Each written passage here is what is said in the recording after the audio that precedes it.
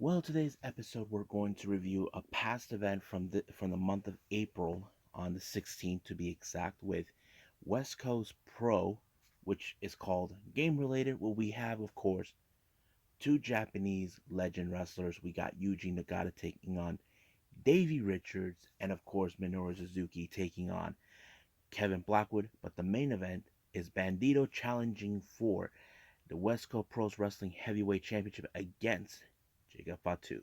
And of course, we got one of GCW's much recent events into Deep. We have two qualifying matches for the Tournament of Survival. The ultra violent match between John Wick Murdoch against challenger Cole Radrick.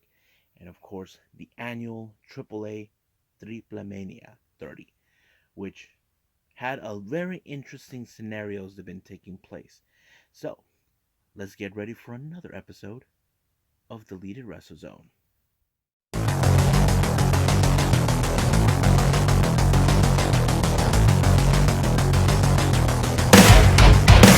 you ready? Get up, get up! Get up, get up! Get up, get up! Get up, get up! Get up, get up!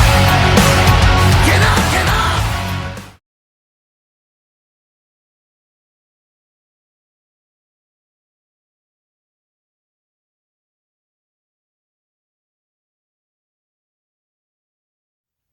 Welcome everybody to Deleted Wrestle Zone, all things that is pro wrestling with AEW, NXT, New Japan Pro Wrestling, Impact Wrestling, the National Wrestling Alliance, various promotions, wrestlers, matches, and championships.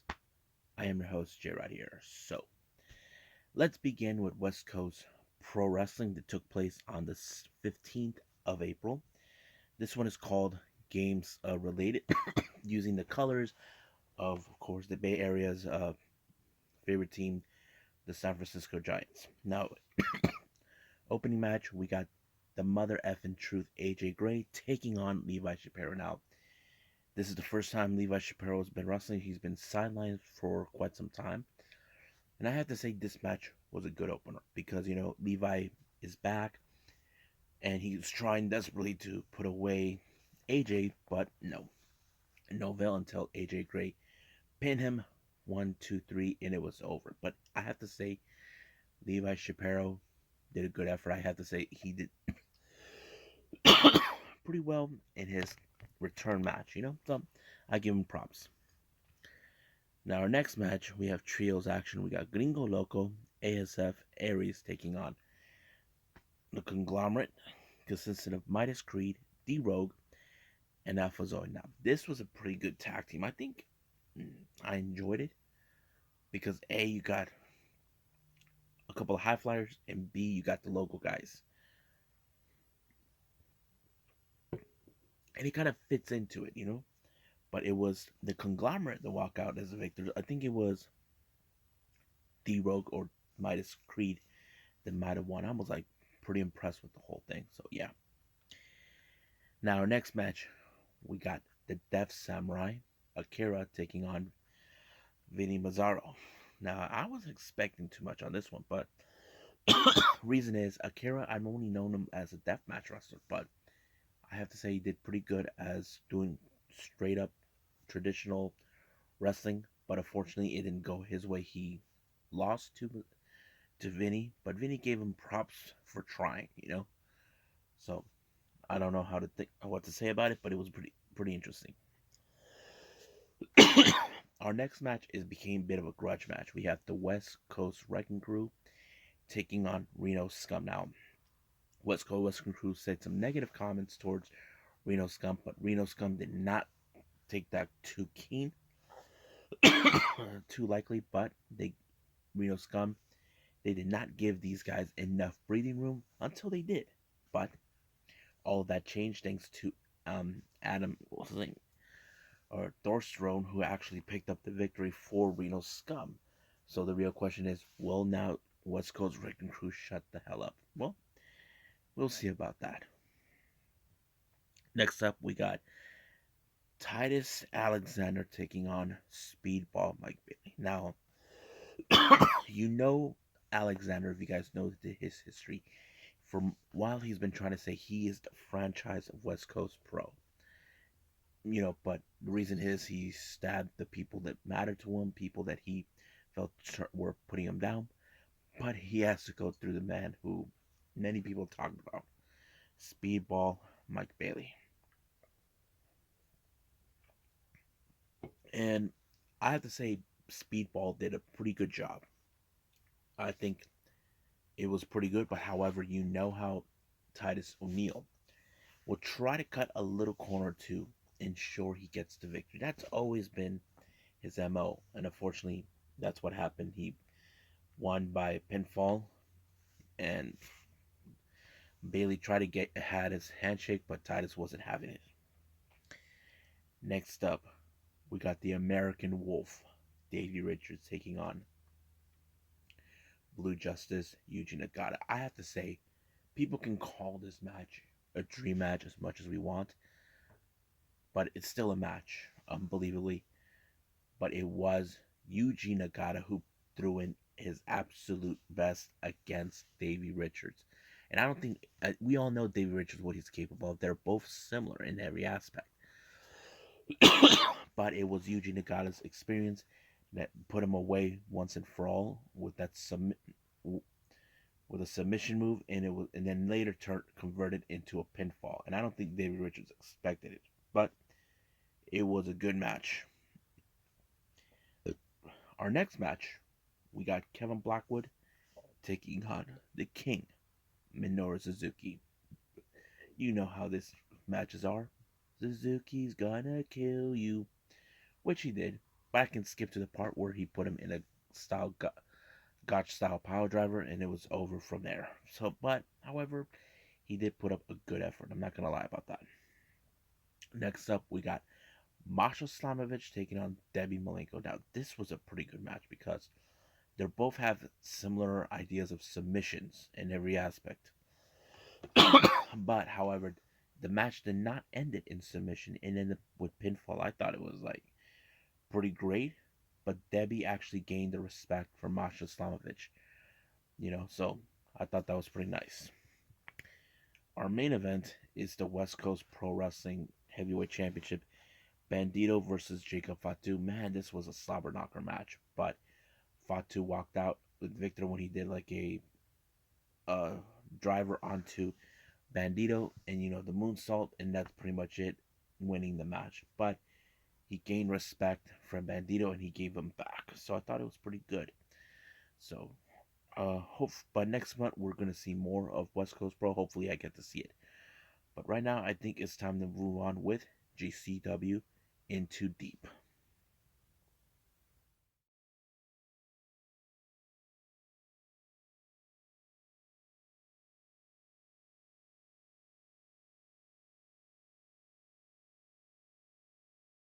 Okay, we got GCW with Into Deep that took place recently on the 30th of April. Opening match, we always have a scramble, but this time is a 7-way scramble. We got Shane Mercer, Jimmy Lloyd, Drago Kid, Dante Leone, Axton Ray, ASF, and Gringo Loco. Now, we all know how these things work with scramble matches. Anything could happen. It always has. Now, did I have a particular person who was going to win this match? To be honest with you, I did. It was Shane Mercer, but I was a bit surprised that it was Gringo Loco who picked up a victory on Shane Mercer. But it's okay. At least I was wrong, but Gringo Loco took this one. Next one we got Jordan Oliver versus Masha Slamovich. This was a very interesting matchup. Now, Jordan Oliver, as we know, he is one of the young pillars of GCW, which has always been like that. But Masha, she has been on a tear. That's always been her case. But I think it was so darn good. I enjoyed it. But however, it was Jordan Oliver walked out as the victor when he pinned Masha. It was over right from there. Next up, we got ACH taking on the Sauce, Alex Zane. Interesting. Two different type of wrestlers, but they're both high flyers. They're pretty good. But also another scenario, David versus Goliath.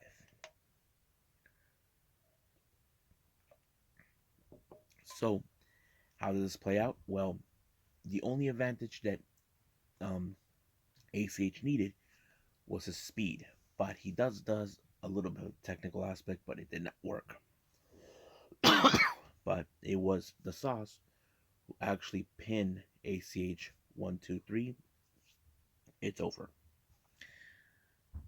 Next up, we got. Originally, we were supposed to have a three-way tag team match for the tag team titles, but unfortunately, the Briscoes couldn't make it due to family emergency. So it ended into a trios action. We had Matthew Justice, Mance Warner teaming up with their fellow member AJ Gray to take on Boosie 420, Effie, Alley Cat, and Grim Reaper. I thought it was like balls to the wall as always, but you know how second gear crew is. They don't back down. They don't. Excuse me. They don't back down, but they hit hard.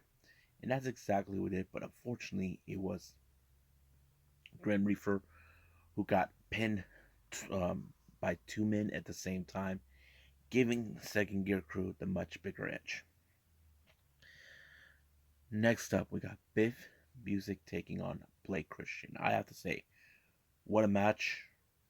I did not anticipate a whole lot. We know who Biff Busick is. He's one of the most old school type of wrestlers we get to see with a guy like All Heart. You know how he is. But I thought, what an interesting matchup. But it was Blake Christian who walked out as the victor when he pinned Biff Busick. But, however, post match, he called out Johnny Gargano.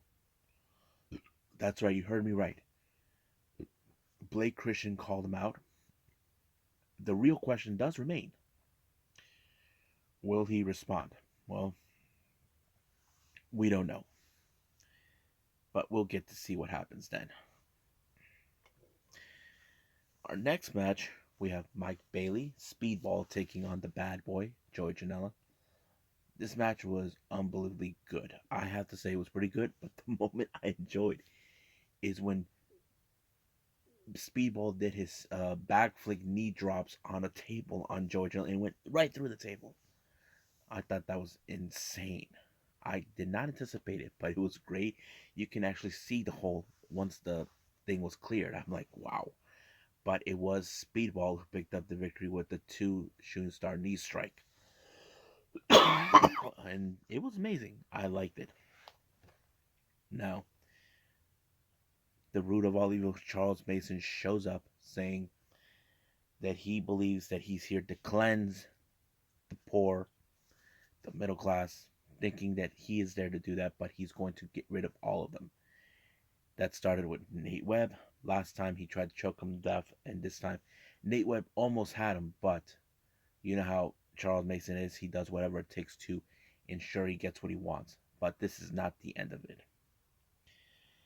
Now, we have 2 qualifying matches in the tournament of survival. We have Hoodfoot versus Akira. I thought this match was insane. My money was on Akira because he's known as the Death Samurai, but man, Hoodfoot was too vicious for him. I don't think he would stand him, but I have to say it was pretty good. Hoodfoot had made a lot of headways in other locations in death matches, but who can deny him? Next up, we got Slade versus Sawyer Wreck. This one took very short, like maybe up to 4 minutes or so, but he did choke Sawyer wrecked down, she passed out, and that's how he is. So these two entered the qualifying match. However, our main event is the GCW Ultraviolet title between challenger Cole Raddick and champion John Wayne Murdoch. Man, this match was nuts. I don't know exactly how what to explain. Even the moment that freaked me out was Cole Raddick grabbing a glass and just going around his chest, trying to sink in the moment. I'm just wow. But unfortunately, his body can take so much. It gave out. John Wayne Murdoch pinned him. But John Wayne Murdoch gave him his position in the spot of the Tournament of Survival, which is a good thing. So, I don't know. Cole Raddick stepping into death matches really, really changed things. But I can't wait to see what else he's going to throw in. But we'll find out. Right now, our next and final review is AAA Triplemania.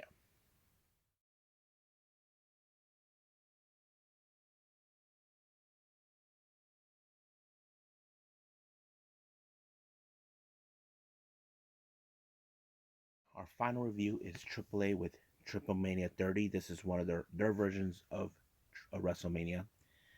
It opened up with this thing called Ruleta de Muerte, which is roulette of death. Now, here's the deal on this particular type of matches. This is going to go out for a while. This is the quarterfinals. They're going to have series of wrestlers who are masked. Now, the winner is safe, but the loser moves on to the next round. Whoever loses in the final round, this is the one thing that's going to suck. They have to remove their mask. Now, this is a very difficult thing to grasp. And trust me, not all luchadors will want to lose their mask. But I'm going to start with those matches because they're scattered everywhere. The first match was Ultimo Dragon versus Penta Jr. Now, Ultimo Dragon, we all know his legacy. We know what he did, taking on a very amazing wrestler who we've seen so far everywhere around the world of today's wrestling, Penta Jr. I have to say it was pretty good, but it was the Asai, um, whatever he calls that move, not the moon, Asai moonsault. It was the other one that sealed the deal for him to be safe, but Penta has to move to the next round. Our next qualifier match, we have Yano 4 versus LA Park. Now, this was a very interesting match. Now, LA Park would do whatever it takes to win the match. And that's what he did. But however, he did speared Viano to pick up the victory and win the match. So that means Viano will move on to the next round. Next up, we got two legendary wrestlers, Blue Demon Jr. versus Rayo de Jalisco. These two guys are legendary wrestlers. Their fathers were wrestlers. But however, the match would have gone great, but things got turned. Rayo Jalisco's past has come back to bite him. If you know the stories of Rayo de Jalisco Jr., back in 1990, he defeated a wrestler named Cien Caras. He removed his mask. He defeated him for his mask, but this has been a war between him and his family. Now, his sons want revenge. They wanted to ensure that Rayo de Jalisco loses the match and move on to the next round to ensure he is the one who reaches to the finals to lose his match. But however, it backfired. It got to Blue Demon. He was knocked out cold. But the real question is, can he be fine in the next round? We don't know. That's the unanswered question. But the feud between Rayo de Jalisco Jr. and the Dinastia family, it continues on. That's always been the case. But yes. Now our next and final part of the Ruleta de Muerte, we have Kanek versus Psycho Clown. The match was pretty interesting. A veteran wrestler with a younger wrestler. But however, that match didn't go exactly according to plan for Psycho. He was attacked. by Dr. Um, Wagner Jr. Now, the history between those two, Psycho Clown defeated Dr. Wagner by removing his mask, and he wants to ensure he gets in it. Now, he thought now Psycho was about to get his revenge.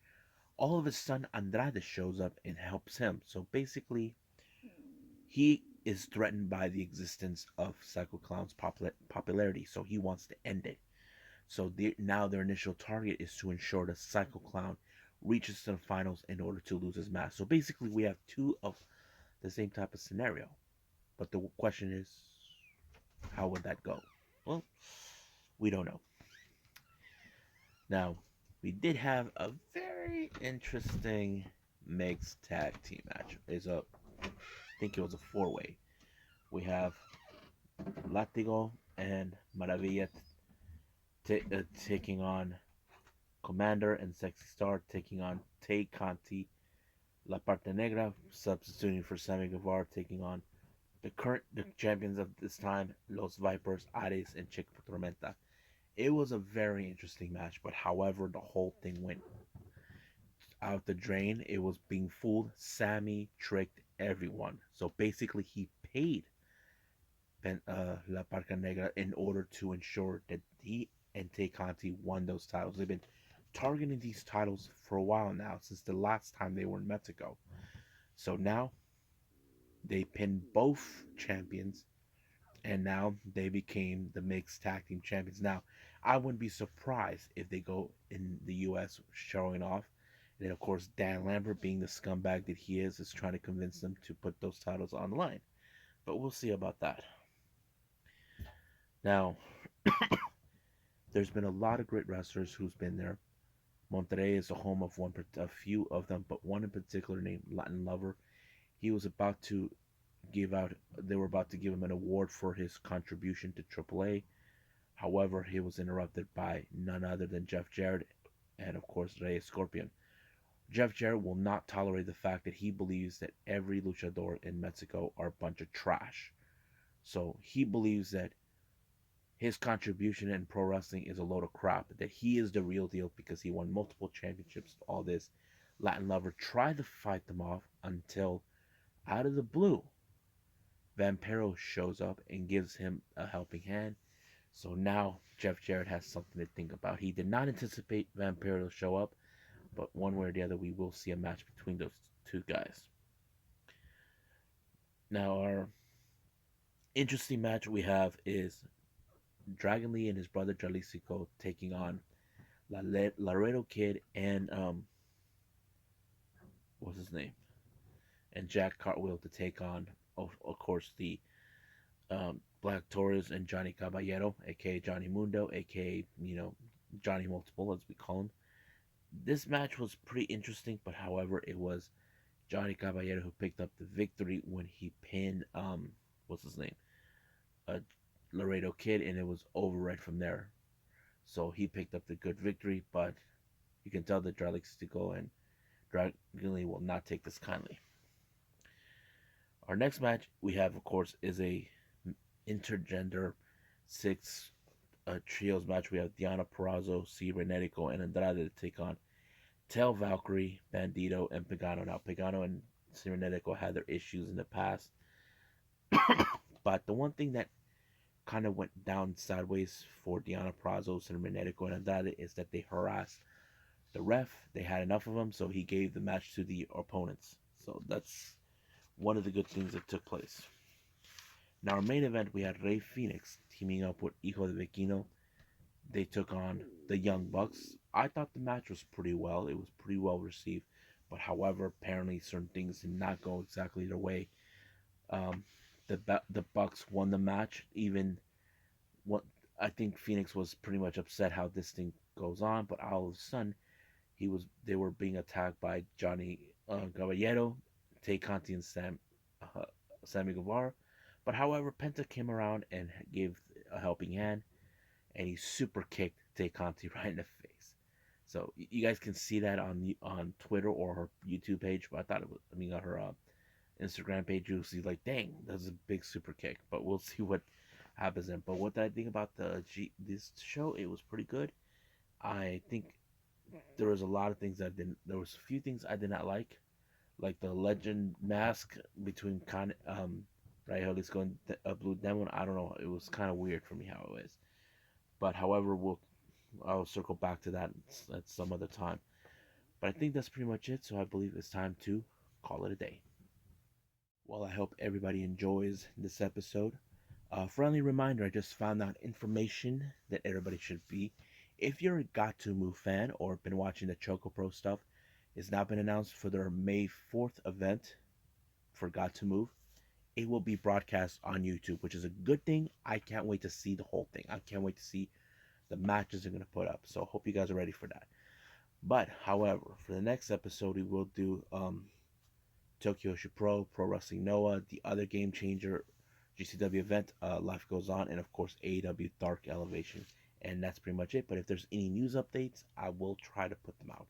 I'm sorry I couldn't put out on this one, but that didn't had anything else. But for now, I'll see you guys in the next DWZ time. Same DWZ channel. I must bid all of you adieu. So, goodbye. And have a nice day.